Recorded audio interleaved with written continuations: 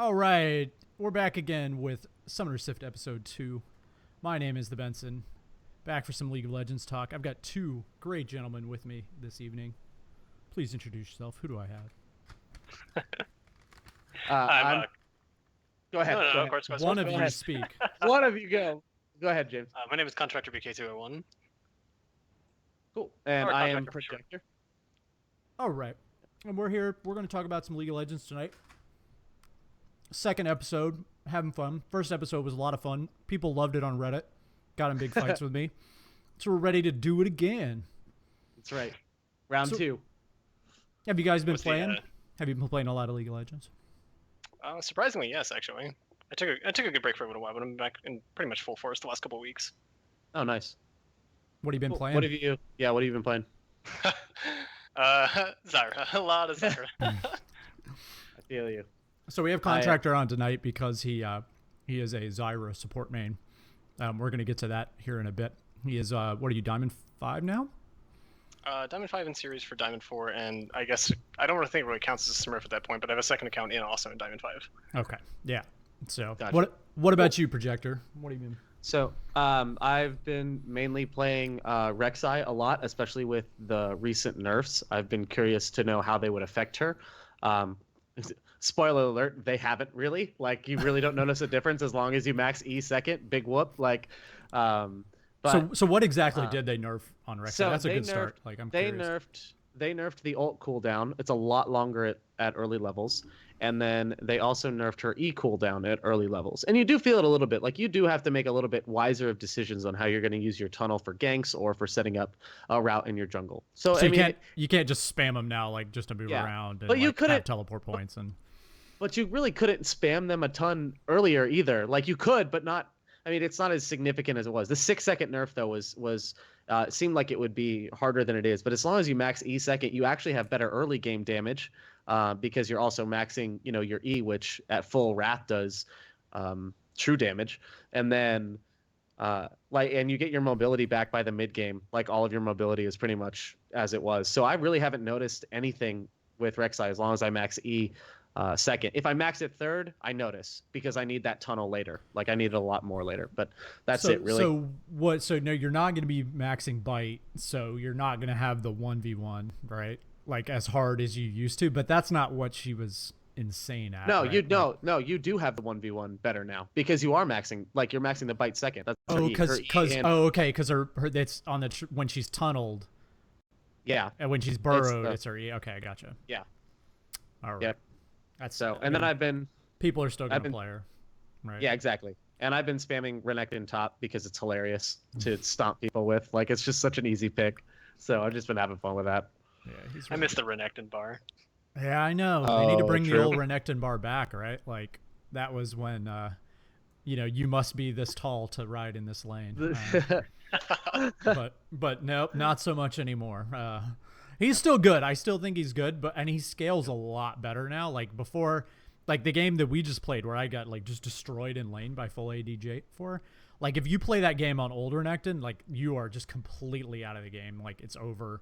You're just useless. You're a cannon creep. But like now with the way his ult scales and like he can gain rage off his ult, he can still do some stuff when he builds tanky. He's not as bad as he used to be. Like you can just kind of sit in them and soak a bunch of damage and do AoE damage, and you basically have 2 Sunfire Capes and it's fine. Yeah. Not as good as It's it really used to be. interesting to see the relevance between you and J4 flip flops so drastically over the course of the game. Where he was in the early game and he got ahead in the lane and he would roam either mid or he'd catch us for a gank and basically one shot immediately 2 people. And then not even 10 minutes later, he can't do anything. He can't jump on anyone in the team fight because he went full AD against a full damage team. And you're now you have your tank items, so you go front line and he sits in the back and just waits for opportunity to pick someone off. And besides that, he doesn't do anything. Yeah, and if he doesn't, if that person that he jumps on has flash, like he's just like, are they dead? Oh, they're not. Okay. Well, I guess I am, because I mean, he just dies immediately, right? Yeah. What about you, Benson? What have you been playing? So you know what I've been playing. So I actually have been playing pretty much only Mordekaiser. I kind of fell in love with that champion like on a whim. He was one of the champions that I just sort of played just to goof around with, and then like, man, hitting that third Q like feels just so amazing. And I actually think he's a legitimate jungler.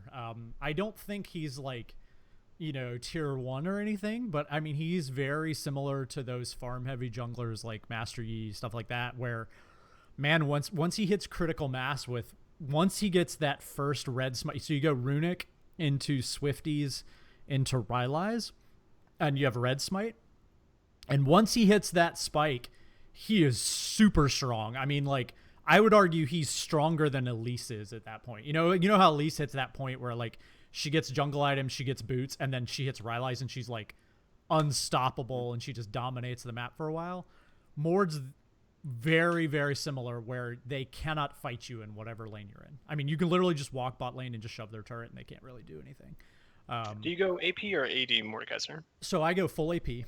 But the funny thing is, I don't actually build him. So the first 2 items when I build him jungle are, like I said, Red Smite Runic and then Rylai's. But then I don't build any damage items after that. And I build Swiftness boots so I can like stick to people early. So I can't, otherwise people just run away from you. But then you just build full tank. Like, I mean, it's like Dead Man's Plate's really good on him. Spirit Visage is really good on him. Just all those tanky items, and he gets real big and he does a ton of AoE damage. And man, if you do get a kill with him, this is what it is. It's really hard to get that kill, right? But once you get the kill, you take objective after. I mean, he snowballs super hard, like objective wise, where it's like, oh, I get bot turret, and then I get dragon, and then I get mid turret, like all in one off of one kill. And he's super fun. I mean, I'm not saying that, Mordekaiser is going to be, S tier all of a sudden. But if you look at win rates, he's actually like in the top 10 or top 15 for every single role. So, yeah. I mean, other than support, obviously support Mordekaiser. No, he's like a B tier.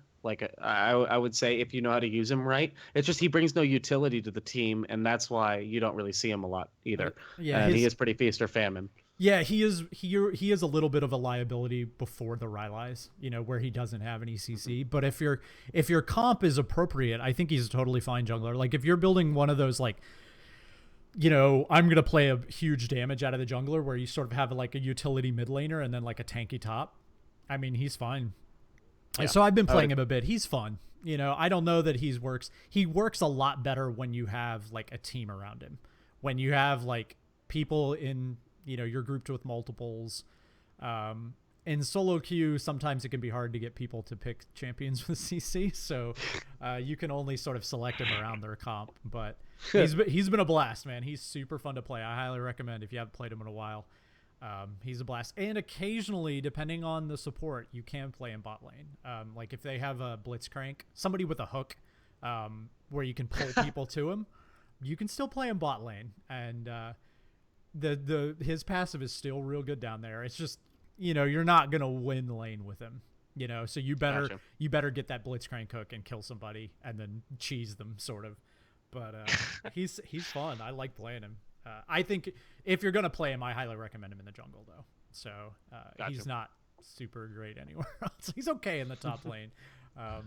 But yeah, my love for Mordekaiser has nothing to do with him being good.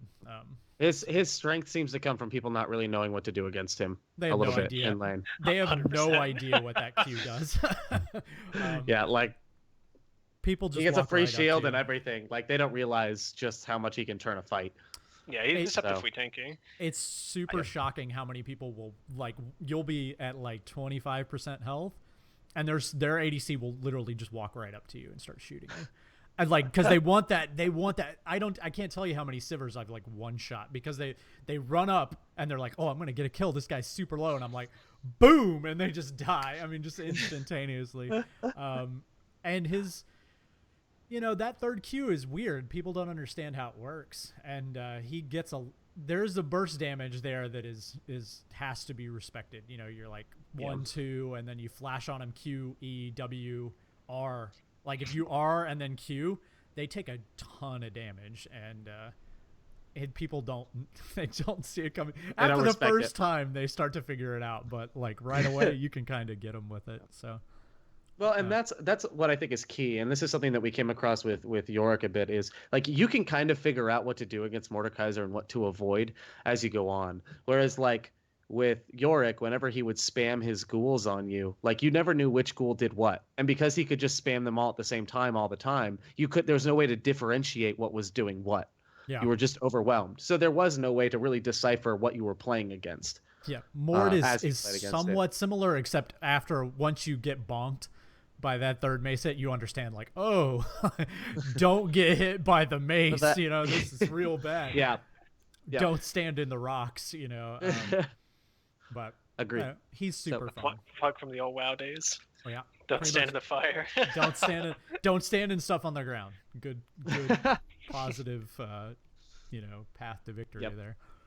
So I guess do we want to go right into the support questions, because I'm really interested to talk to you kind of about support. So the first question that I personally have is like, I know that last season when I used to play with you a ton, you played basically only ADC. That was it, right? Like, and you would occasionally play support. Yes. But this season it's like 24/7 Zyra support all the time, and I have an idea of why, but I'd like to hear from you. So why support, man? It is a low key role where people don't really focus you that hard. So if you do play something that's very impactful, and you can can select your targets and pick those ideal situations in team fights, you're under so much less pressure to do so. People want to kill you, they want to focus you because you're a Zyra, you're very squishy. But the thing is, that's not their main focus. They're not always like looking at you like they are in ADC or mid lane, where they feel like they always have to kill you, otherwise you'll snowball and kill someone. So you have a lot more opportunities, and people kind of ignore you a little bit. After you get a couple kills, like 7 or 8 kills, whatever, people start paying attention to you again. But until that happens, they don't pressure you as much as they do in those solo roles. And a lot of why I switched to support instead of ADC was a lot of solo queue frustration, because when you're playing ADC and you have a lot of kills and you don't play stuff that's basically primarily like Vayne or Lucian, it's really hard to continue to carry the game. You win the early game, you outplay them mechanically, positionally, whatever. You end up getting a couple kills, you're ahead. But if your teammates don't provide that CC or that peel for you, there's only so much you can do. Right.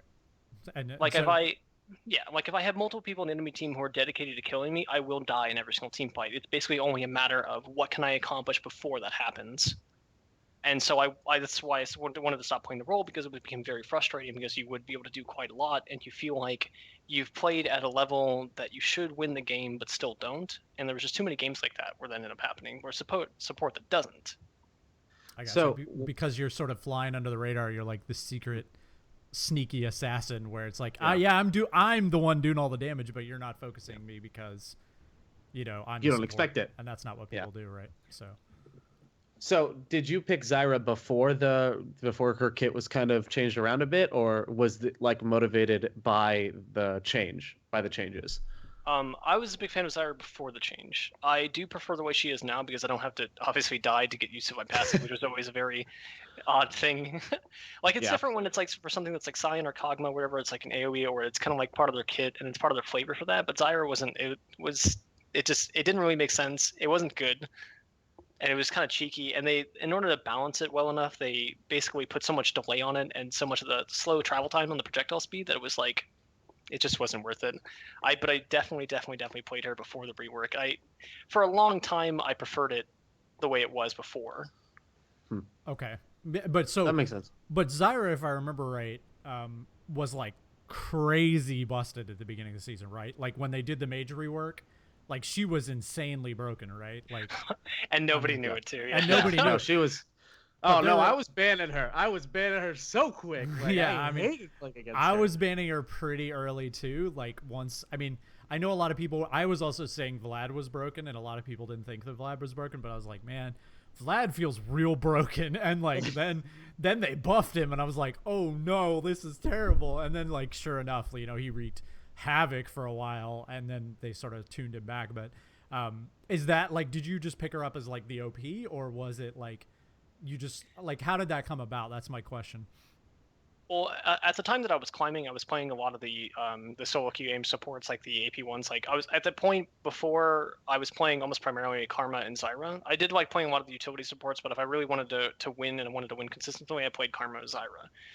Because they are very very heavy AP champions, very good in the early game. They take over the lane, and a lot of people in solo queue either get tilted off that or it puts them far behind. That they kind of get in a dejected mental state, and it helps quite a lot if you don't just plain kill them. If they do try to fight you in the early game, you do have a lot of opportunities to actually get those kills and actually snowball the lane tremendously, and you do that anyway. I gotcha. I was, like I said, I was already playing her before the rework, and she was already very very solid as a support role back then, just because the interaction between Leandries and Rymey's. Mm-hmm. And the rework just made that so much better. Like the ability to have a seed at level 1 stopped a lot of the lanes that would primarily be good against you, like stuff where it's like Lucian Barometer at level 1 or whatever, or like Thresh Lucian or whatever, basically anyone Lucian. Would have those basically where you at level 1 would get zoned from the wave instead of them doing it, which is what the problem was before. I gotcha. So what's your what's your general mindset as a support when you go into a game, and how do you think that mindset kind of affects the game overall? Yeah, because it definitely sounds like this is what I'm getting is like Contractor plays support very differently than most of the sports that I play. Like, where like my sports are like down there and like, you know, like I'm just trying to keep his ADC alive, you know, he's pure crap and like, man, he doesn't do any damage and whatever. And like Contractor's like, no, I'm down there like killing them. You know, they're both dead. So it's a different way of going about it, but it is primarily the same thing. The reason why I like those champions is because they're so potent in the early game that I basically turn it into a 2v1 lane. I take on the role of harassing my opponents and basically doing as much damage as possible using the seeds protecting from skill shots of a land CC, like Thresh, Blitzcrank Hook, whatever. And I make them focus on me through the entire early game, so my ADC has a free lane every single time. Whether they kill me or not, whether they basically harass with a trade with me, which when you're playing against Zyra, if you don't all in her and CC her immediately, you're going to trade with it. The plants will kill you on their way back out. So basically, what my goal is I don't. If I'm playing duo with a ADC, I can play a little bit differently. I can play a little bit slower. But if I don't know the person, my aim is to win the lane, and they can just farm. They just do whatever they want. They don't have to make any plays. They don't have to dodge a scope. They don't have to do anything beautiful. Nothing. They just have to sit there and farm and become a monster later, and that's all I care about. Gotcha. Okay, so that makes sense. See, because most supports that I played with are really trying to make plays for their ADC to capitalize on. Like, I'm handing you a kill here, or I'm hooking their ADC into this, or whatever. But it sounds like you're just trying to. It's almost like protect your ADC from ever having any danger. And offense is the best defense. Yeah, exactly. Right. Like, gray screen is the best CC. Like, So, yeah. And Zyra's really front loaded on all of her CC too. Like she's got a really good kit for locking them down and keeping them zoned off. Yeah, so Zyra the only one. I know that you used to play a ton of when I would play games. You used to play a ton of solo lane Karma too, right? Yeah, I would play her mid or top depending on the matchups. Oh my gosh, I can't stand Karma top. It is like so annoying where she just shoots you over and over and over. I actually started primarily picking her as a solo as a solo laner in order to counter Yasuo. Oh my gosh. Yeah, I guess Yasuo that's pretty does good, nothing right? to Karma. Like if he dies me, I mantra snare. I gain back all the HP he gets on the initial burst. I snare him. You can't, even if he wind walls in front of me, I have enough time to walk around the wind wall to queue him anyway. So the wind wall interaction, the wind wall doesn't block snare, auto attacks all day, doesn't matter. Now this is actually an interesting question. This sort of leads into that is like, so you play Zyra like basically exclusive in the bot lane, right? But like, say like, do you ever play any other champs? Like, is there any other like, or is this just 24/7 Zyra all the time? Like, what happens if Zyra gets picked or something like? Do you dodge or do you? No, absolutely not. So what do you play instead? Like, if it really depends on the lanes. Like if I have a Thresh or a Blitzcrank on the enemy team, I'm always going to play Karma over that, even over Zyra. Just because the matchups for those are just horrendously awful. Either you have to make a seed right in front of them as they throw their hook, or you die, basically. You cannot afford to get away from them.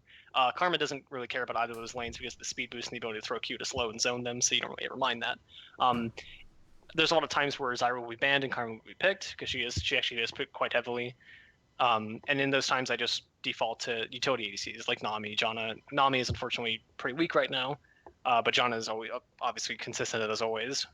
I gotcha. So you don't play like the hard engage, like you don't play the hard engage supports at all, like Leona, Alistar, like Thresh. I'm a big fan of Leona, but I will only play her if I'm doing with my the ADC.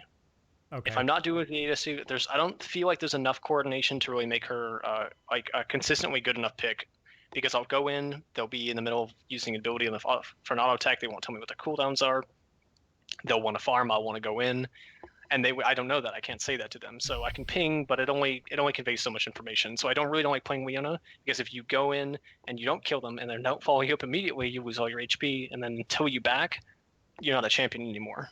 Yeah, you just kind of stand there and eat skill shots, and so that's interesting. Okay, so that's like totally different than the way I play. I mean, completely, because all the only supports that I play are like the engaged supports, like Leona, Thresh, like I'm going in, like you better come with me, kind of thing. And like my support play, I would say, is mixed at best. Well, and I think that's a good thing though, because I think, and I see this a lot on like Summoner School and otherwise, like people are trying to tell you that they pigeonhole the way support is played, and I think that you can approach that role almost more than other roles from almost completely different opposite mindsets and still accomplish the same goals. And I think that's really important because there are different ways to play support that. Hello. I think you just froze. Oh no. Oh no, technical difficulties. Let's see if we can get him back to the call. He was right in the middle of like a great point too, I think.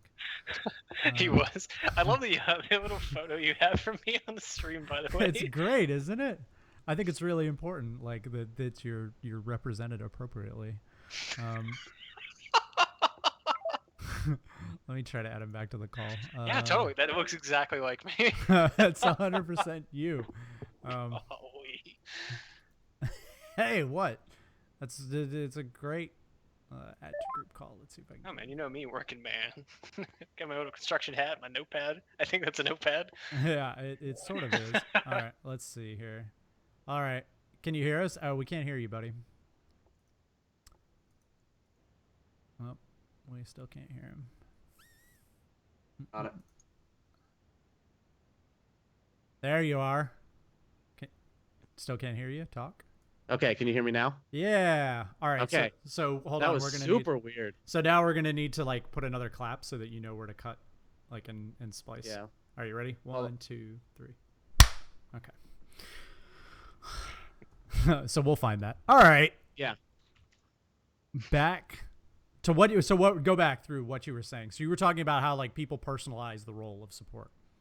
Yeah, I just like I think with support, you can approach that role almost more than others from a completely fundamentally different mindset and still accomplish the same goals of carrying your ADC, setting up plays or otherwise. It's just the way you do that is completely different. And people have just been pigeonholed into, I can only support this way. I can only do this.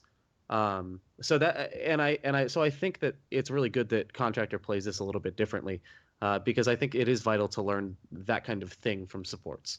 Yeah, I would agree. I've learned a fair bit about. I will tell you from firsthand experience, support can absolutely carry the game, like 100%. And I think that kind of takes us into the next point that Projector's going to bring up here. Yeah. So, I've heard this a lot that supports can't carry the game, which is amazing to me because you laugh at that, right? So talk to me a little bit about that. Do you agree, disagree? I think I know exactly what your answer is going to be, but what's your kind of opinion on all of that? I completely disagree. There's sort of like even if I'm not playing like one of the harassy or damage supports, there's just so much that you can do to basically just stop people from winning the game. Like it doesn't even matter. Like if I'm playing Janna, like you can provide so much disruption with a lot of cooldown reduction that even I'm not killing anyone. I'm Janna. I'm obviously not doing any more damage than a couple hundred in a team fight probably, and that's if I get a lot of auto attacks in. But just because you provide so much disruption, you provide your ADC so much time to do what he needs to do. You provide just the right enough peel if your ADC goes down immediately. You basically swap to protecting the top laner. or the mid wave, depending on what it is. Did he just drop off? I think he did. What is going on with Projector? He's dying. Actually, someone in chat actually brought up another good one. Bard also can carry very, very heavily. I actually picked up Bard recently because I was experiencing so many Jins in all of the games, and I actually picked him up as a hard counter to him because I was so tired of playing against that champion. You back? Okay. All right. Yes. So this time the call recorder crashed. Yeah. And when it restarts Skype. So Okay, it's not gotcha. that Skype crashed. It's just like the whole thing just restarted. It's all good. So basically, the last point that he made was the Bard. That Bard can also carry like super hard, right? Yeah. Someone in the chat mentioned that. It is a very good example. Like Bard is a utility ADC, or sorry, utility support, but he like with the cooldown ability, it kind of requires good coordination between you and your jungler for Bard to really have that same potential. But if not, you kind of default to just using your ultimate. Yeah, you man, can still kind of round someone, but the problem is you're so squishy. If you don't have a big guy coming with you through that portal and you go on the other side of the enemy team, you're basically going to die immediately. Good bards, this is like the most frustrating thing, and I've seen like a number of bards do this, and mids do it too, and it's super frustrating. I don't play mid a ton, but when I do, the thing that I hate the most is when your mid will like move to the side, like he'll move out of your vision for a second, and you're like, what? Where did he go? You know, like you're sitting there and you're like, where did he go? And then like he doesn't really went anywhere. He's just like moving out of your vision to make you think that he's roaming. And good bards do it a ton. Like they'll move to the side and you're like, is he going to tunnel like in a guy? Like, is he going to tunnel in like a jungler? Like what? And then like, no, he just like walks back into lane, or like maybe he's going to like grab a chime, you know, or maybe he is it. And like they move out of like vision for just a second. And it's so frustrating, like so frustrating because you have to think like, oh, you have to ping me. It's like, oh gosh, like, hey, where did he go? Like, what am I going to do if he's roaming? Like, where is he? And like, I feel like that's actually a thing that I actually kind of want to ask here is like, so roaming on support, I think is like a big thing. And I can't tell you how many times, especially in like the dredges of MMR that I am in, where you'll roam on support and your ADC will like absolutely like yell at you, like scream at you, like give you the business, like noob support, never in lane, wish I had a support, you know, like that kind of stuff. So like, when do you start roaming? Do you roam? Like, I know that Zyra is like a lane based, but if I have a particularly bad ADC who is either just either not doing his job or immediately feeding, or it just is toxic in general, I will leave the lane at level 3. And I will almost always gank top lane and get a kill 95% of the time because they never expect you to be there. Especially if you wait until until they see your jungler somewhere else on the map. They'll just play balls out. They won't care. They won't try to hide. They won't try to do anything. They will not worry about anything because they have no idea and they do not expect you to ever be there because they shouldn't. There's no reason for me at level 3 and 4 to be top lane. Dude, speaking here as I like am. a guy that plays top lane occasionally, if I'm like on Renekton and I like try to like all in a guy and like there's a Zyra in the bush, like, and she just kills me, like or like comes up the river and I'm like, what the heck is this guy? I am like tilted so hard if that guy kills me, like, because I'm like, where did?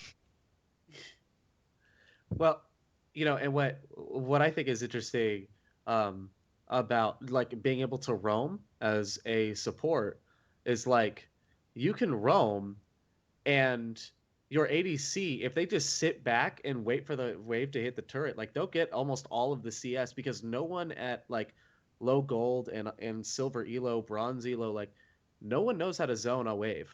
No one. Like I've won top lane just because they keep AFK pushing and they don't zone me off the lane.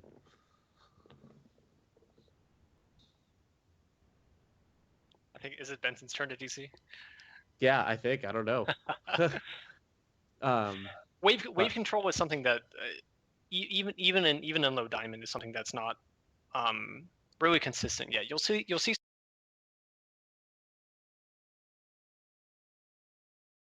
what they need to do. Hello. Not just okay, to the enemy sorry. champion, but to the minions. It was which my is, mixer. It broke. Heads up play. So No problem. Gotcha. But if you don't do like the heads up play of controlling the minions in certain matchups, you'll lose. You'll auto lose. Yeah, exactly. Yeah, and that's And that's really big. Like you've got to be able to control those waves, and because no one knows how to control it, even up through diamond, you can abuse that. You can definitely abuse that if you know how to sit back and place. Like I've won so many lanes from behind, even from like games where my client crashes while loading in, and I come in like 2 minutes into the game, and they could be zoning me off with a full level lead of all this CS. Like no one knows to do that, and so I've totally stomped lanes where I've just been able to stay even in CS because they didn't zone me off. Like Yeah, they'll just it's shove right crazy. into you like over and over and Yeah. over, and like And so not go dive ahead. you, not anything. They get you low and Yeah. like they just let you sit under turret, and it's like, oh, it's okay, And I'll just sit here. ADCs, like if they know that, then it enables you to roam as a support.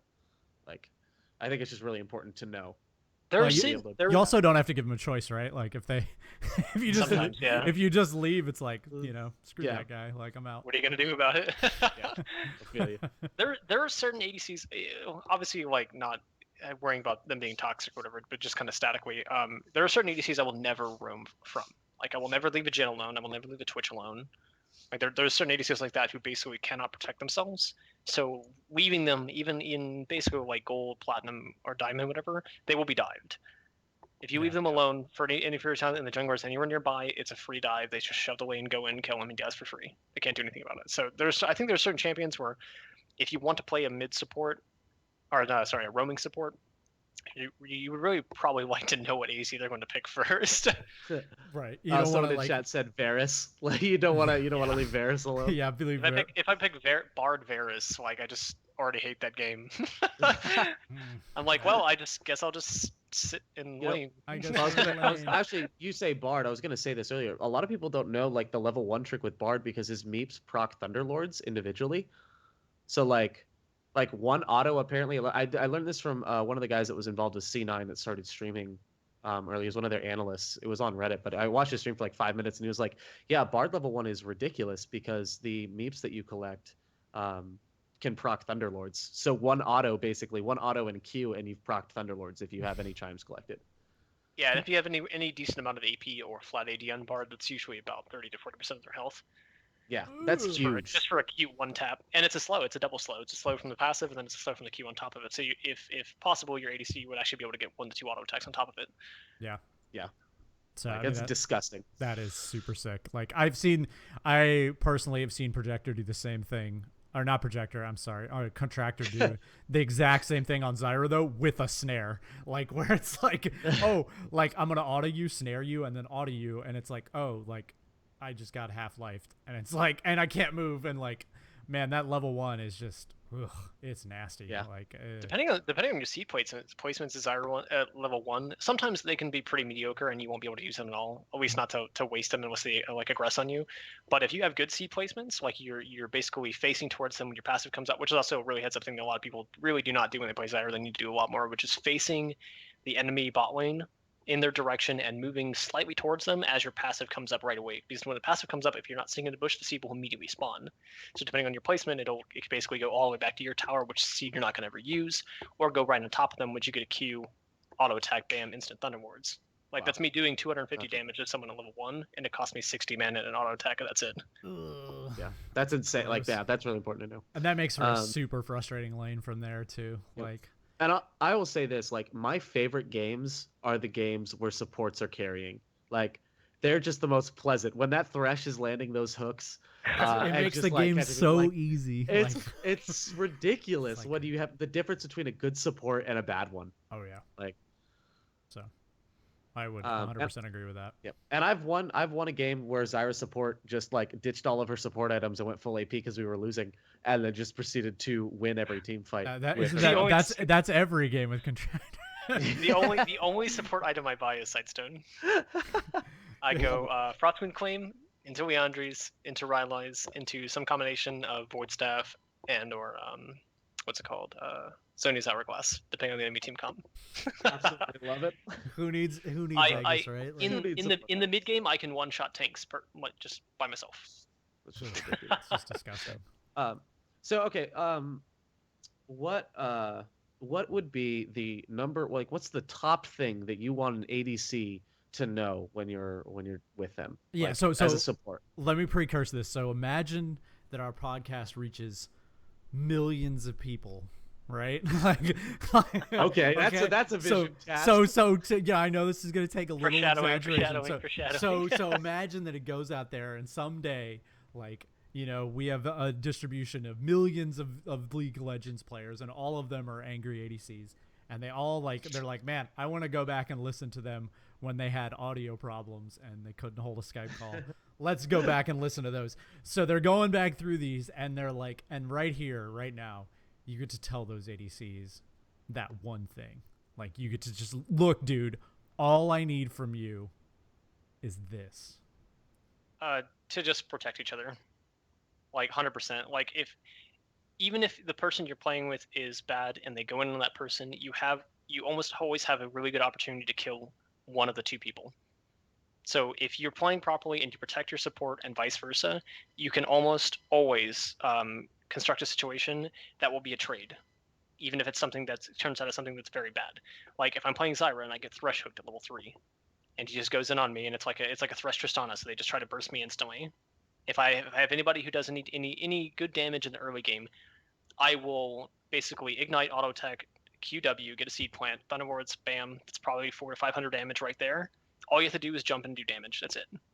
And so either one of two things happens. Either you protect me enough because you scared them because they're going to have to trade for me and they leave me alone so I can live, or they force the kill on me, you get a kill anyway, and then you both just walk away.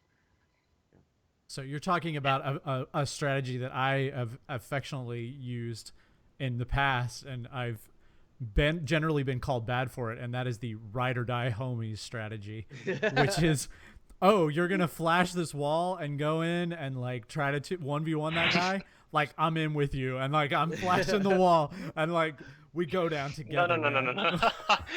No.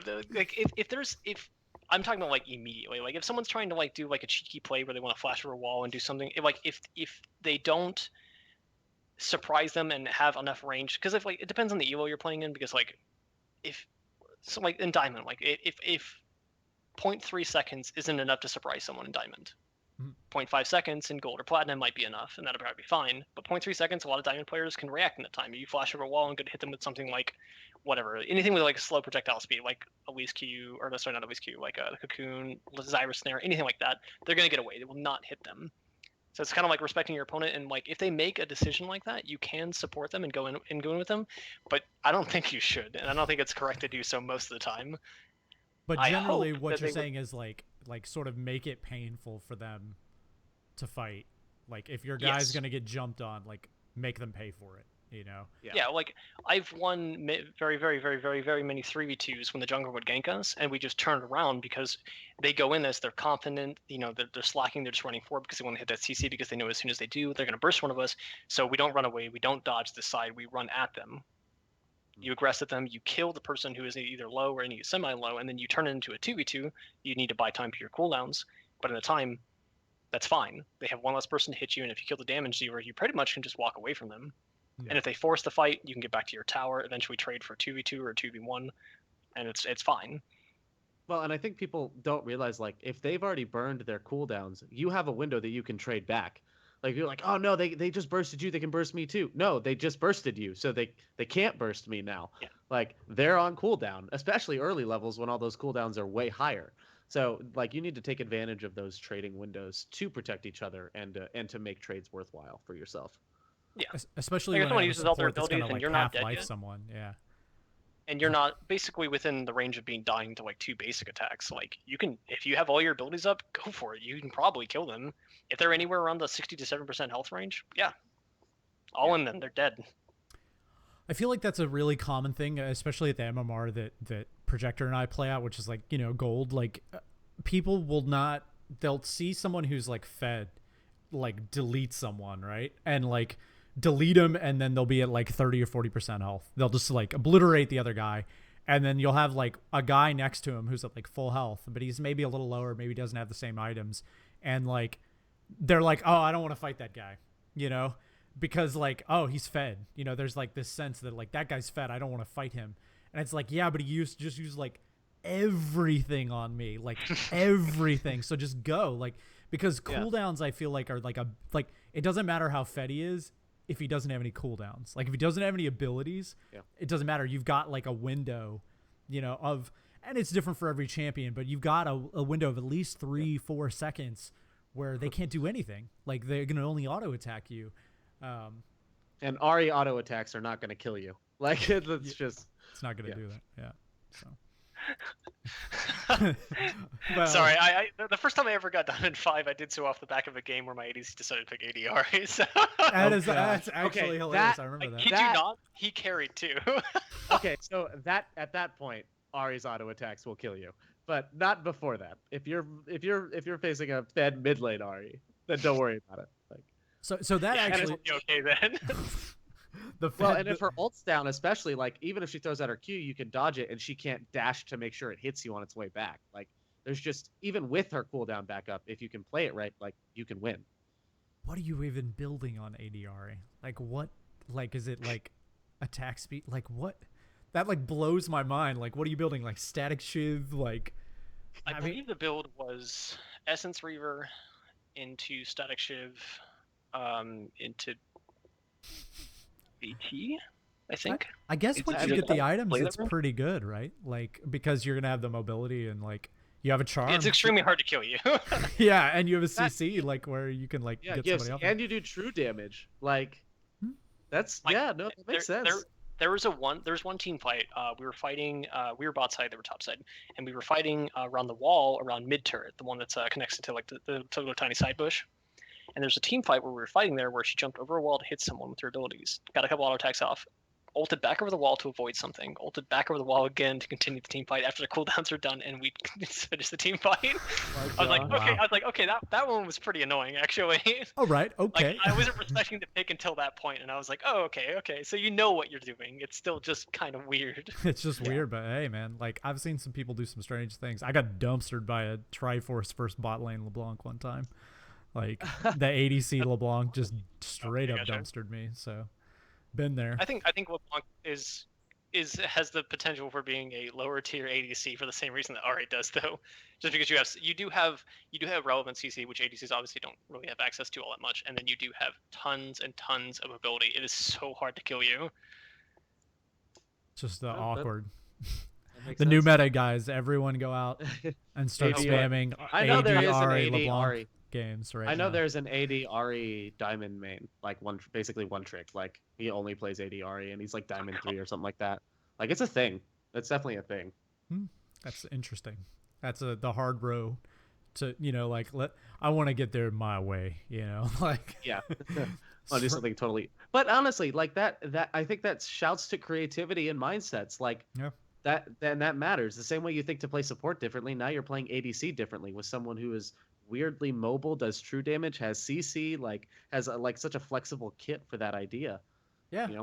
I mean, that's what we love about League, right? It's not always like that every point is arguable. Isn't that what makes this game like super great? Where it's like, well, I thought that this would happen. And it's like, well, it didn't, but at the time it seemed like a good idea, and like, I just didn't push the buttons right, The only thing that's not arguable is it's always the jungler's fault. So yeah, it's the that's just not like that's concrete, 100%. It always will be. It will always will be. Never die, meme. Never die.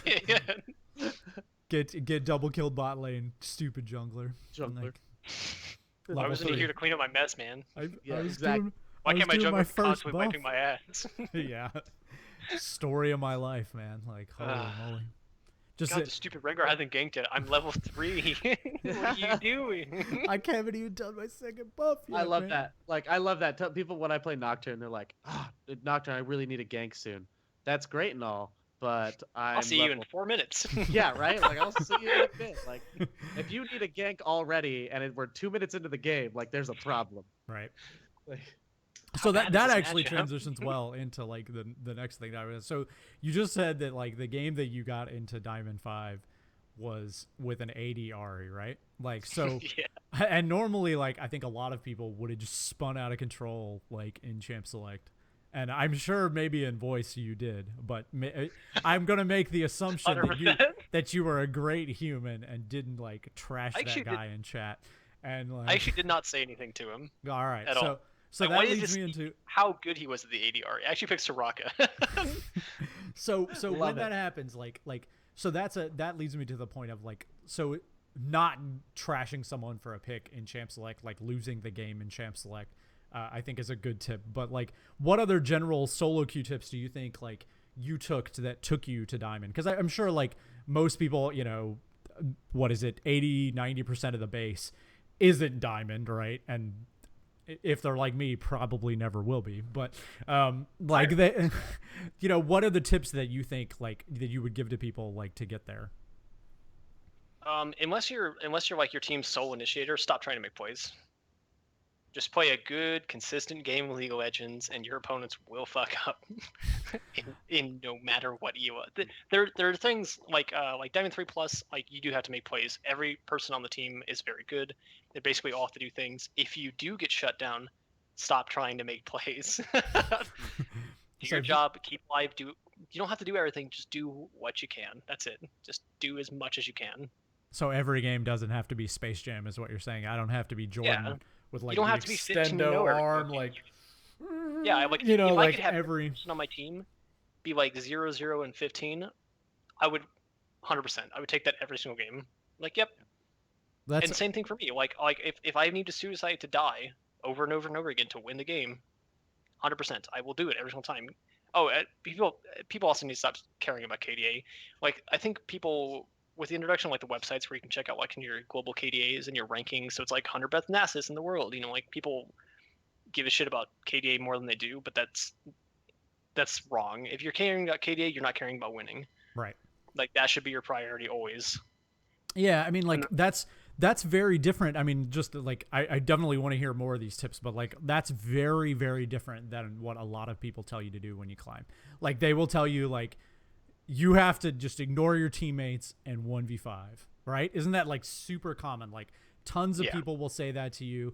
Like pick a champion that you can 1v5 on. You know, 1v5 them, like make plays, kill them all. Like that's how you climb. And like you're saying, no, you can just grind it out. Just stop making, like, let the game come to you. And yeah, you don't even necessarily have to grind it out. Well, you can just play against a slogan. People are playing. If you really want to climb, just be patient. Like you will get there if you're playing consistently, but not just that, in the game too. Like people are playing a game, they want to win, but they also, a lot of people are just kind of like, you know, joking around and having fun with it. So they want to play the game, they want to be active, they want to end the game. So as long as you play slow, people will just make mistakes. They'll try to initiate poorly because there hasn't been a team fight in a while. They'll try to just force an objective because they haven't really been doing anything. They're not really warning because they want to go and they want to pick off someone because they want kills. It's just like stuff like that where it's just like really simple sloppy stuff. And chat with the sick burn saying just don't play like Team Liquid, right? Nice. Wall. Well, and I think I've been told a lot like don't die less. And my counter to that is just know why you're dying. Like no, yeah, absolutely. Just know why. If I have 15 deaths, but all of them were worth it, that's fine. I'll have 15 deaths every single game. But if I die for Baron, if I die for a triple kill, if I die for a single kill on Dragon Control, like all those deaths matter to me, and all the deaths are more important and worth more to me, both in the game and to the mentality I'm playing with, than my KDA and my scoreboard. I don't care. Yeah, like I'll have Rek'Sai games where I'm like 1-6 and like 21 because I went in and set up all these, like I actually was able to CC and make a pick or something, and then their team collapsed me and killed me. But we won the fight overall because I got their carry or something, you know? And like, if you know why you're dying, it's not that big of a deal. If you play the tank, you're probably going to die a bit. Like there's just, if you know why you die, you can learn and you can improve that way too. So I think that's really big. Good like measure of that KDA, and I brought this up before actually, but the #1 Mordekaiser in the world, like the best Mordekaiser, the highest ranked Mordekaiser guy, he's like consistently challenger every season. He averages KDA of 464. So he has like a 1.2 KDA, but he knows how to win on that champion. And like, he's, you know, this dude is getting 4 kills, 6 deaths, and 4 assists a game. And most people are like, you suck, you know, suck. But you know what? He's probably doing tons of damage and he's winning games. And like, you know, KDA, you don't want to die all the time, but like, it's not everything. That's for sure. I've totally been carried by people who have died like 10 times. So. Yeah, and you can carry in ways that stats can't track. You made that Baron call, or you made that decision to push down a turret. You know, like you can definitely carry the game in macro decisions that are not that are not kept track of in stats. So Yeah. And chat with a good decided point. to award that spot. The game is advanced capture the flag, not team deathmatch. That's a really good analogy there. So, all right. That's So one of my don't biggest problems. Sorry. go ahead. Yeah. It's like when I was talking about before, how like the people just kind of like would basically throw the game for kills. Where a guy is like he wants to roam through their jungle, but he's almost guaranteed to kill top lane because top lane is pushing and he's ahead of them and he knows he can 1v1 them instead of going to dragon. And now because he's not there, you lose a 4v4 and 2 towers and dragon because he wanted a single kill. And it's just like valuing it. It's people don't value the same things that you do, and they don't have the mindset the same thing about the deaths too. Like where you died and you're like, well, what I did was worth it, and they're flaming you because they're like, oh, you just fed him again. Oh, what were you doing? And it's like, whatever, man. I made them force them to come top and kill me, and there's 3 people dragon, so we got a dragon for free. I just traded my death for dragon. They're like, oh, you're a feeder. And it's like, no. I mean, if you look at it like that, sure. Okay. But yeah, I'm feeding so you get first turret with that mountain drake buff. Like I'm feeding my account LP. Exactly. I don't care what happened to the game. Oh, the same thing is also not yelling at people. It's something I also need to work on. Benson knows that pretty personally. But Yeah. it's not yelling at the people even if they are bad because one, it's distracting you from playing your game. Yeah, I also think like constructive criticism like is fine. Like I've actually started taking criticism a lot better than I used to. I used to be like, yeah, I'm gonna play how I'm gonna play, and get lost, But like I've actually started paying attention. Like, oh, you know what, you're right. I probably shouldn't have been there, And like I think like people need to have like a more open mind, like when they play with each other, especially because Projector will tell me on a regular basis, and this is actually one of the reasons I like playing with him is like, you shouldn't have been there. And I'm like, yeah, maybe, maybe I shouldn't have tried that 3v1 there. Maybe that was not the right play. But like, hey man, like we're all trying to get better, right? And like, but I think especially people in solo queue, if you're not in voice with them, there is no reason to talk to them, right? Like they are not going to listen. Like you can try, but the second they start to get negative, just like disengage because they're just gonna like trash you. I think constructive criticism actually probably hurts more than it does help in solo queue at this point, just because like they don't know your connotation for how you're saying it. They don't know what you're saying. All they see is someone basically trashing them and saying something insulting about how they've played, and people are very, very, very sensitive and basically immediately go off the deep end. Yeah. So even if you're trying to be positive, you're trying to tell them, hey, you made a mistake, like this is what happened, like can you not do it again? Even if you say please, thank you, cross your T's, dot your I's, it doesn't matter. Like it probably hurts more than helps.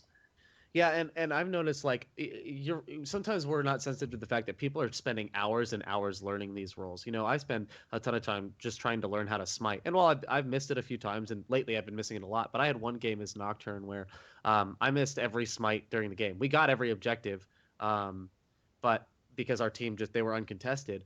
But my Lysandra was like, Nocturne, you really need to work on your smite. And I was like, this is just one game where I'm missing smite. And we tend to judge people off of that one limited thing where they could just be having a bad game, Yep. And that's that. Normally they might be a god that carries everything, but this could be that one bad game, and it sucks. And maybe you just tilt them further by that constructive criticism. Yeah. You do only get a limited amount of time to interact with that person, and it's usually through an unpleasant experience. Yeah, exactly. But I'm going to tell you right now, you get in voice chat with me, I'm going to light you up. Like it's gonna happen. Get in here. You've told me, this is the Thunderdome. Like I've learned so much more about map awareness because you've told me things that I didn't see. And I've appreciated that. Like, and that's because people. That's because people like Contractor yell at me a lot. So the key other thing, get in a voice chat with someone who will yell at you when you do stupid things. That is really important because I think that's what got me to gold. I 100%. This season was the first season I was ever gold, and like it was 100% people telling me you're doing the wrong thing. You're dying because you're not climbing because you're doing this, or I'm doing that. And like if you don't have friends that will tell you that, like man, like you're not helping each other. It's hard to be intuitive enough to figure all that stuff out on your own. You can figure out a lot of that stuff on your own, but it is hard to do all of it, to kind of put the puzzle pieces together. Like where there's a lot of people in Diamond that still have problems with warding, like something like I mentioned earlier, whatever. Like they just don't ward. Like top laners and mid laners do not ward a lot of times even still, and that's something that they just need to work on. They mechanically they're extremely solid. They know how to carry games. They know how to basically either be that guy who split pushes or yada yada yada, but they're good at something. And in the current state of North America, Diamond is very easy to get if you're just good at mechanics. If you're mechanically better than your opponent, you can usually win 1v1 them, get fed, end the game by yourself over and over again. You can climb that way. It's obviously not consistent, and it's not good for continuing your growth as a player forward. But you can get D5 by just doing that. But being so like they'll let a lot of stuff slack and think they don't need to work on stuff just because they hit Diamond. Hmm. So like I said, when they don't ward or when they suicide for random stuff because they feel like they can 3v1, it's just like stuff like that they know for a fact they shouldn't do, and that they're probably still just doing it anyway, either because one of the lack of experience, cockiness, or just because they don't know better. So like me with my warped brain, I can distill that down to I ward better than a Diamond player does. Like I'm such a better ward. Like I totally do this better, dude. If it wasn't for everything else, like mechanics and champs, like I would be challenger. Like I ward like I belong there, clearly. Well, and I would say this, going back to the constructive criticism point. Like the other thing you need to do is protect yourself from the taunting and the others. Like the second that someone says anything to me in chat, the second that my enemy laner shows me a taunt, right, or does an emote, they're muted. Like immediately. I'm not even going to let that get into my head. I'm not going to let that be present in the game. Even if I'm winning the lane and they're doing that, like I'm going to mute them as quick as possible, my team or the enemy. Actually, all chats turned off on both of my accounts, just because I need to be able to focus on my mindset and staying as focused as I can on the game. That's fair. Did you finally turn off all chat on your account, Contractor, or you still have it? I have it turned off on Bar, I believe, but not Contractor. I did actually turn it back on Contractor. Because I knew you had it on for a while, and man, I've seen this man get dirty in some chat. That's all I'm saying. Man. Downright beast. Sometimes I'm an angry guy. Sometimes you just gotta let you know. Like, it's just when someone's so unreasonably wrong in what they're saying. Like, no, friend, we're gonna learn together. Love it. All right, so and I do want to iterate one of the other points you made, which was to play slow and stop making plays. As Rek'Sai, everyone's told me, like, you can't carry solo queue because you don't have a team to follow you when you set up plays. That may be true, but you can also turn yourself into a peel bot and just peel off your AD carries and let them do damage by CCing everyone with Rek'Sai or armor shredding them or whatever you need. Yeah. Oh, I think we lost a man. We're down a man. Hold on, let's kick. Yeah, that kind of plays into what we were saying before. How you can carry in different ways. It doesn't necessarily always have to be kills. Like Janna carrying. Janna doesn't do damage. Doesn't kill anybody. She just provides enough disruption for everyone else to basically do whatever they want or stop them from doing whatever they want. Right. Exactly. So like, you can definitely. I mean, Janna is a great example of like how that works. Like, this is killing me. I'm so upset right now. Welcome back. It's cool. We totally like transitioned, so you don't even have to worry about it. Awesome. No, like, I mean, he was just making the point, like, Janna carries all the time, right? Like, I mean, Janna carries hardcore and she doesn't kill anybody, like, ever. The best Jannas are the ones you just can never kill. You know, they're like 0-0, 22, and you just can't quite get them.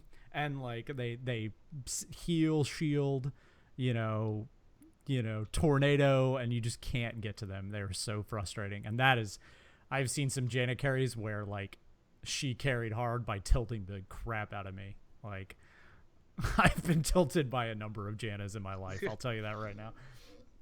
The amount of Janna tornadoes that have stopped me from doing something in this game have made me almost quit completely. Like, it's so frustrating. Speaking as a Rengar player, like, oh my god, I can't stand Janna so much. Oh, it's so frustrating. Like, yet somehow I've won games as Nocturne in a comp that had Azir, Janna, Bard, and and a Zillion, like all of that, and I still somehow won. Yeah, as a Nocturne. Like, so you can carry through terrible comps too. Sure, yeah, absolutely.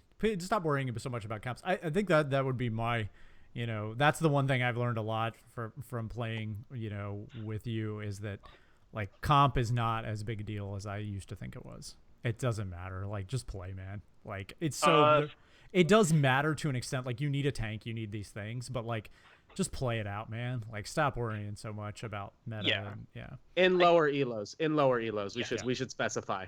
Yeah. In like in the higher ones, like if you don't have a tank and there are certain team comps, you literally can't win. People are playing at a certain level that if you don't have, you don't necessarily always have to have a plug-in for every single thing on your team. Like you need an AUC. I lied, but you can probably just get away without having a tank or like a heavy AP assassin mid or just an assassin in general, and then like a utility support, whatever. What you want to see a lot of times, and people don't play tanks anymore.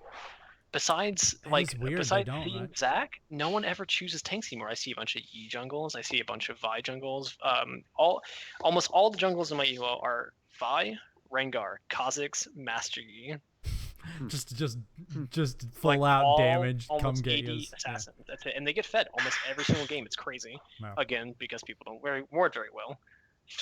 So that takes us into if you don't have any more like general overall solo queue tips, right? Like, do you have any more like little bits of knowledge, like tiny nuggets that we can squeeze out of you because to get that free-low? I'm just looking for free-low, man. Just come on, give it to me. Like, what secret button did you push? What is that? Go ahead. It's not overrated to work with your teammates. It's actually very important. So even if I see a guy who's like legitimately bad, the thing you were saying earlier, how they could just be having a bad game, is for one reason or another, the amount of people who are boosted if you're playing in that ELO is insignificant. You'll very rarely play with someone who's actually boosted, but that person is in the same ELO as you for a reason. They got there, whether they did dynamic queue, they played with somebody who's obviously better than them and carried them, but they did also participate in playing those games, and they are in that same ELO. I've had a lot of people where they will insult the ELO that they're in, saying this is noob trash ELO, and then proceed to go 0-4 in their lane. It's like and it's one of those things you're here too, buddy. Yeah, like people make mistakes, people miss skill shots, whatever. But as soon as everyone starts jumping down the throat, what are they going to do? They're not going to react positively to like that. They're gonna clam up. They're gonna freak out. They're gonna get mad. They're gonna start typing whatever, and they're gonna get frustrated, and they're gonna play even worse. So even if someone screws up, and you've seen I think devoting ganks to someone who's screwed up a couple of times, you shouldn't do that anymore. And I know I've seen Benson do this a lot, where he'll go to top lane and he'll get a really solid gank for someone, and they just won't do anything. They won't participate. They won't CC them, or they'll just miss everything, and the guy will walk away. And then either he does it again, or Benson's just like, screw this guy, I'm not ganking that guy ever again because that was ridiculous. Like, that guy was obviously not all here right now. I'm going to go somewhere else. And it's like, okay, that's what you need. Jungler time allocation is very important, and if you're playing against someone who isn't necessarily bad every single game, but this particular game isn't playing very well, or he's not really on his shit, nah. Leave the guy alone. Kind of leave him alone. In team fights and stuff like that later, you do still need to work with him, and you do need the teamwork, but you need to shy away from that guy, at least for the ganks portion of the game. Yeah. Well, and working with your team can be everything from grouping with your team. It can also be attracting their attention to you, so that your team can win an advantage elsewhere. And I think that's like teamwork looks. You can be having good teamwork even if you're not with your team, because of the advantages that you push. I've actually added ADCs to my friend list, even on games we've lost, just because of the level of play that we were doing and the synergy we had.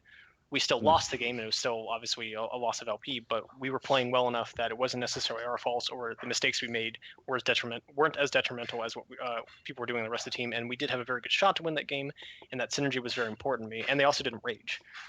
So I'm like, yeah, absolutely. I know if I queue with you and I'm in another lane with you, we have a very good chance to win that game, so 100%. Yeah. Yep.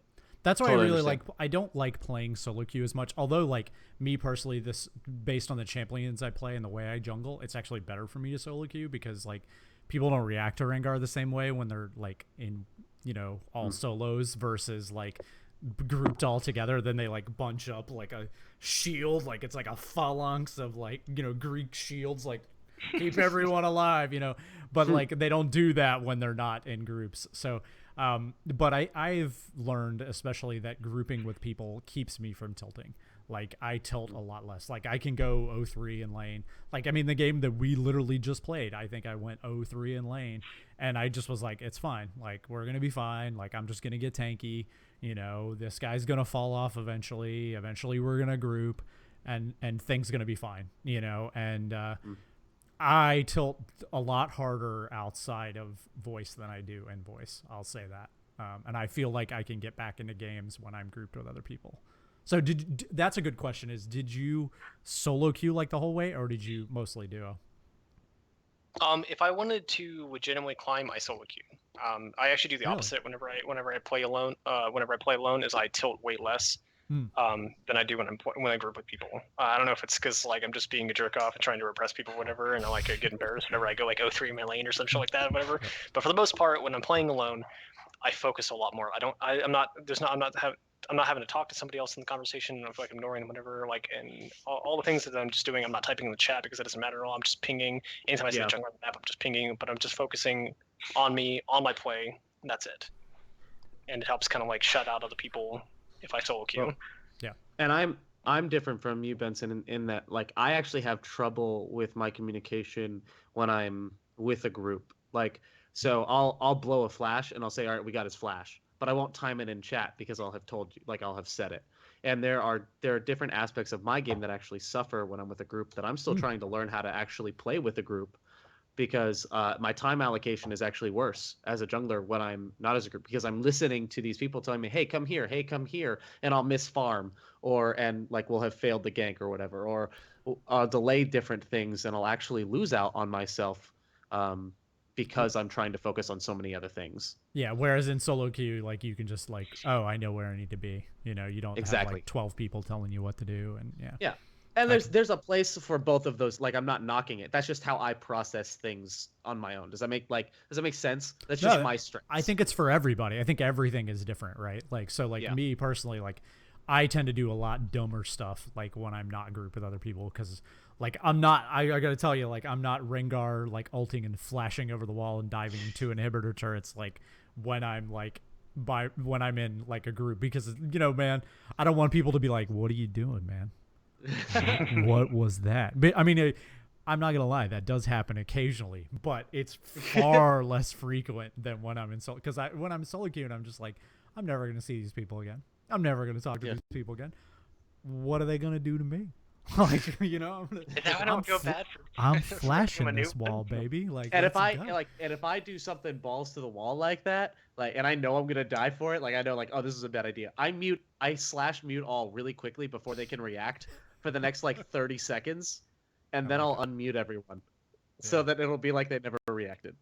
Yeah, that is really good. So all right, so real quick, like let's run through like, so if you have to give like, we're gonna suck all the like diamond juice out of you right now. Like, give it all to us, man. Like, it's so sparkly. So sparkly. It's like so shiny. So we're gonna go through the roles real quick, and like I want you to give me 2 champions that you think are good to climb on or that you hate playing against. All right, does that sound good? In any elo, right? Just like if you're a dude and you're like wood 5, and like you're like, man, I want to climb and I want to like climb. Like, who should they pick up, right? All right. You ready? Okay. So I'm going to put you on the spot. Are you ready? Okay. So top. So who should people play top? Renekton. Trundle's also very good. For flat across all UOs, Trundle and what's it called? What was the one I said? Renekton. Very good. Very solid. Very, very easy to play. Mechanical decisions you make with that champion are very simple. They have a lot of CC, and you don't have to necessarily really be carrying with them. You just have to be a big fat guy and stay alive forever, and you eventually just win the team fight because you're just doing that. All right. Mid. Mid, you have to be kind of like mechanically skilled with it, but Zed and TF. I think Zed just has enough potential for you to be able to just walk around the map and kind of R people, hit him with all your abilities, and walk away, and I'm a CLO that'll kill everyone. So, like, obviously, your mechanics will need to get better the higher you climb, but for flat across the board, Zed and TF, solid. It's really hard to fuck up those champions. No one should play Zed and TF ever in solo queue, because they always feed when they're on my team. But I wish... TF is ult bot lane twice, and they're tilted off the face of the planet, and you just auto-win the game, basically. That's very true, but golly, like, man, those are the 2 champions I have the worst, like, fun with when they play mid. But a good one just hard carries the game, and I can't. You just can't 100%. Lose. Yeah. All right, jungle. Rengar and Gragas. Oh, Gragas. Ugh. even with a nerf, like with the R nerf, and Wow. I know you. That's We've had the Gragas discussion before. Well, until they nerfed his ultimate, I actually auto banned him every game, either that or Rengar.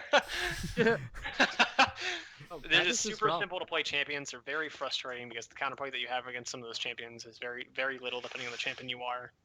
They do a lot of damage, and Gragas to me is actually more frustrating than Rengar is, even though invisibility has always been notoriously bullshit to myself personally. But that's because Gragas one-shots you, but he also has 4,000 health. So Yep, that's being true. able to trade for him like you do, like the problem I don't have with Rengar is whenever he jumps into your team and you are grouped like the Phalanx thing you were talking about earlier, and they jumps in, you just trade for him. He kills one person or two, depending on how fast you can spam Q, and depending on how fed you are. You kill one person or you kill two people automatically, and then you just die, and that's your job. Yeah, quick Rengar side rework. Like, I'm actually very as a Rengar main, I'm actually really happy that they're going to rework him. I actually think his R needs to be changed, and like, I think it holds him back as a champion. Like, they can't do much to him. They can't change him. They can't give him power in other ways because his R is just so broken that, it just has no counterplay really. I mean, I know everybody's like, buy pink wards, buy sweet. It's like, dude, you say that, but like, generally that doesn't work. Like, I'm gonna get you, and I kid you not, the amount of times I've survived a Rengar ult after pink warding has not even 10%. Not Yeah. even. yeah. I'm like, oh, I pinked. Oh, look, he just Because, jumped and killed me anyway. Yeah, like if you pink ward, great, you see him, but by the same time that you see him, he's also in jump range. Like, Yeah. Exactly. It also helps that you play Zyra. So, because Zyras are like target numero uno when I like play Rengar. I'm like, ooh, like Well, I that don't guy's. personally mind Rengar as Zyra, only because if he isn't fed enough to one-shot me with just the auto attack and the reset of Q, I have enough time to double seed Q snare ult. Wow. That's And then he is locked on top of me with two ult plants hitting him. who were we and playing then- the other day and then where he you just were dies. like, he's gonna try to jump on me and I'm gonna 1v1 him and we're just gonna trade. Who was it that we were talking? Was it Rengar that we were talking about? Where It might have been Rengar. It might have been just one. It was a jungler, right? Yeah, it was like a jungler, and you were like, "Oh, he's gonna jump on me every single time, and then I'm gonna trade with him every time." That's what's gonna happen. It's probably a Rengar because Yeah. that's my strategy against him as Zyra. I'm just like, okay, you're gonna kill me, but that's fine. I'm just gonna kill you. So I Alright. don't care how fed you are. We're just gonna trade every single time. All right, so ADC. ADC is Lucian and Caitlyn. Really, you Lucian, still, because still he's say just- Lucian? Yeah. I None of know- his nerfs seem to really change him at all. He just feels exactly the same. I still see. I don't see him at all anymore. All I see is Ashe. Like, I see like seas of Ashe, and Yep. like I haven't seen Lucian in a long time, so that's interesting. The reason I don't like Ashe is actually because of the support picks, which is Janna and Braum. And just plain and simple, 99% of ADCs do not know how to position against Braum to be able to not deal with his ultimate. Braum has gotten less good because of the Hurricane being standard on almost every single ADC, so he does get shredded down a lot faster. But they have to hit him. ADCs don't know how to basically position to not hit Braum in team fights. They're forced to kill him over and over again in the beginning of team fights. So he's just very potent against the board. A lot of people don't know how to deal with him. He's just very strong. And if you're not good at dodging skill line skill shots, he does have a very strong waning phase. Mhm. And transitions and his power in team fights is just insane. It's Yeah. so insane. So And Janna, for the same reason. Janna has just a solid laning phase. You're probably not going to win the laning phase, but Janna doesn't really lose it. And then you transition to team fights and you just do whatever you want. So would you actually? So that brings us to support, and this is the one like I was sort of saving for last. You see that cast, that casting, timing. So like support, who would you say? Like, what are the two supports that you would say people should climb on? Braum and Janna. Ramanjana, right? That's why. That's like you Yeah. just answered it, right? Like, so not Zyra, not because of the positioning, probably on Zyra because it's real hard to where you gotta stand. You and have to stuff manage like Zyra's. A lot of people don't know really how to deal with Zyra well. The problem is like she's very squishy. So if you're not good at dodging skill shots, you will die for instantly every single time. Anything hits you, if it's CC at all and anyone near you, you die. Hmm. But a lot of times, if you dodge just enough to where they're baited into you, and you trade for them every single time. You just have to dodge just enough to where they have to walk in on you and they're very close to you, and then you just one shot them, Wow. and you don't care. You just die. But you have to dodge those first initial ones, otherwise you don't do anything. Because if you don't get your ult off and you don't have ult plants, your damage is like nothing until you get 2 items. Yeah. So I wouldn't recommend Zyra to climb. If you play her a lot and you get really good at her, sure, because people don't know how to deal with her, and it's fine. Just learn how to dodge skill lines, straight line skill shots, and then know how to use your manager passive, then you can probably get to like high gold, low platinum. Also, if Like, people start playing her and she gets good, then she'll get nerfed, man. You gotta tell everyone she's terrible. And I think it should be said that, like, yeah, you can pick a champion and play them and probably climb, but it's gonna take a high amount of games. Like, Nocturne got me from bronze 3 to gold 5, straight up, almost solely Nocturne, and it took me 239 games to do it. Like, I was good with Nocturne from the get go. I was like, immediately carrying games with him, and yet it still took me 239 games to get to gold. I know that because I tracked them, but like, it's not like you're just gonna magically win every game and get up. Like, it's gonna take time, and you're gonna need to look at overall games, not just every game specifically. Yeah. So learn a champion really well and learn to impact that map with that champion. That's also another point I'd like to bring up, is that you're not going to win every game, and you can't let losing a game or a series or a multiple series really get you down. It's just going to happen. And there's like, I'm not saying people do this intentionally all the time, but there's a lot of times where people will see that you're in a series, and the so-called gatekeepers of League of Legends, and it basically intentionally dick you over by playing either something that they don't know or something that's intentionally trolling, whatever. But like, you can't let yourself get down on losing games and losing series. You just have to keep playing. It is called the grind for a reason. Yep. It is aptly named.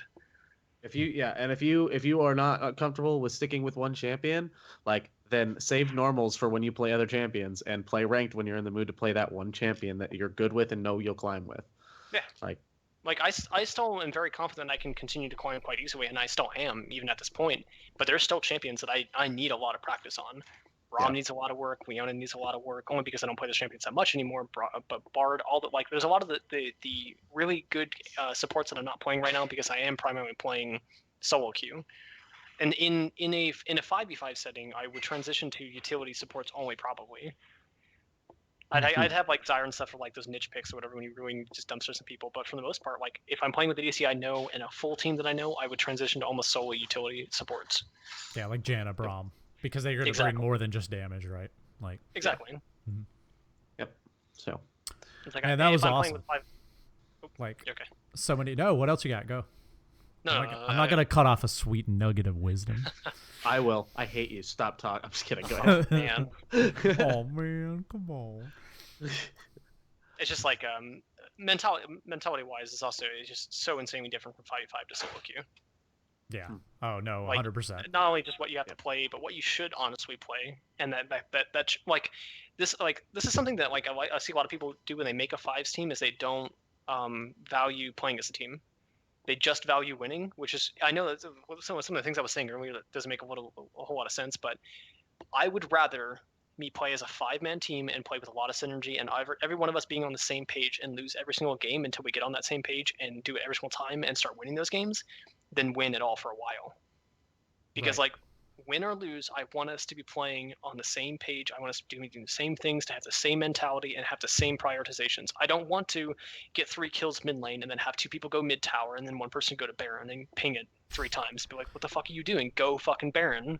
That's every solo queue game I play. Yep, exactly. I don't want to. And the thing is, like, almost every single 5-man team that I've played on, I've always had moments in not every single game, but for a good portion of the games, where it will feel like a solo queue game, both from the enemy's play style and from how we're playing. And there's no synergy, there's no communication, there's nothing. Right. And I never want that to ever happen in a game where I'm intentionally playing 4 people I know in a 5v5 queue setting. Right. It's fine to lose. It's not fine to like win. Like, almost like it's better to lose, like, and do what you're trying to do. Like, lose trying to do it, than like win super sloppy. Like, oh well, we could just brute force because our top laner's plat and we can just group on him and it'll be fine. You know, like. Well, it's winning for the wrong reasons. Mm-hmm. You won, but you're not playing correctly. You know what I mean? Yeah. And like, those two things, I know it's kind of like a oxymoron, but that can happen at the same time. You can play poorly and win the game anyway because of it. It's like I have a lot of times where I'll die because I'll go to ward because that person's there. Mm-hmm. Like, I go to ward Baron like a minute and 50 seconds before it's up, and the jungler's just like randomly there. The blue buff isn't up. There's no crab. There's nothing. There's nowhere anywhere from the map from my teammate's positioning and his team's positioning for him to be there for some reason, and he is, and I die. He got a kill, and that's a good thing, but it wasn't for the right reason. He wasn't in the right position to be doing what he should be doing right now, and he ended up getting a kill off of it. So what you're if I can distill this, what you're trying to say is you want to win through the power of friendship. That would be nice. I think win through the power of teamwork. Or lose through like the that power. more. I want to win or lose by the power of friendship. Friendship. That's right. Ride or die, homies. Ride or die. Ride or die. That was awesome, man. I love it, man. So that's awesome. Thank you, man. Like, I appreciate you coming on. I would love to have you on again because I think there's like a thirst for that support knowledge out there. There's you see all these players, like especially on streams and stuff, and like there are like crushing mid lane, or like these big time junglers, or these huge ADCs like PewDiePie and Double Lift, and like making these big flashy plays. But I think it's really cool to see people like carry on support and like do it. Flying under the radar is my specialty, man. It feels so good because you just win the game and no one knows what you're doing. You're like, yep. Yeah. Well, and I appreciate you because you've actually made me rethink how I'm playing my junglers, and how I approach 5v5s and standoffs and the whole. Like you've made me rethink how I'm approaching the game through this conversation. So I actually really appreciate that as well. Yeah, man. Thank you. Thanks, buddy. You the man. Yeah. All right. So Projector, do you want to talk about a little bit how people can find people to play with? Like if they want people to play with? Yeah. So Benson and I are part of this awesome network. We are a part of it just as listeners and kind of participants, but we're not actually like involved in the production of it. But there's this cool network called the Trinity Force Network. They host several podcasts, a few League podcasts, and other games as well for Overwatch and Hearthstone. But Trinity Force Network, you can find Trinity Force Podcast, and they have a subreddit, T-Force Network. And they have a Discord channel as well. And every Tuesday night at 7 p.m. Eastern time, you can find us in that Discord. We do something called Community Ranked Night, and we just group up with people and start playing. And it's great. It's a great way to learn, to have fun with people, and to just have a good time. And I've definitely, Benson and I actually met through this Discord and through playing together. So definitely that is an awesome way you can get involved in playing with some people and finding some good people to play with and learn from. Yeah, absolutely. Super cool people, the greatest guys in the world. Listen to that podcast for a long time. Great way to get better. Yep. Absolutely, and you'll find tons of cool people that you can play with. We play every Tuesday, so come on by. So. Yep. Well, I think that's a good cast for the evening. I really appreciate everybody kind of stopping by and having a talk and sitting with us and bearing with a little bit of the technical Skype difficulties. Not a big deal. Yeah. You can also find the nice edited clean version of this if you go to bensongames.com. You'll actually see a little thing at the top. It'll say Summoner Sift at the top. Really easy. You can also follow here. We record every Thursday. Right around, at some point from between 6 and 8 o'clock, depending on, yes, scheduling and stuff like that. It will become regular. But you can also, follow me on Twitter. It's at Benson_tweets. You can also follow Projector at Projector_lol. Check them out. Follow us, listen to the content, come and play. I also stream all the time, so you can follow this channel if you don't already. I'd really appreciate that. We play all the time, and you can hear me getting busy in the chat and giving people the business and wondering why I just died in a 3v1, so. Yep. And I'm getting my stream working. I just built a new computer, so I'm trying to get everything working correctly. But you can also find me on Twitch at same Projector_lol as the channel. So. And Contracted, do you have anything you want to pimp, or are you just good? I'm going to take that to be a no. All right. All right. So everybody have a great night. We really appreciate it. And that's Summoner Sift episode 2. Thanks a lot, See you folks. guys.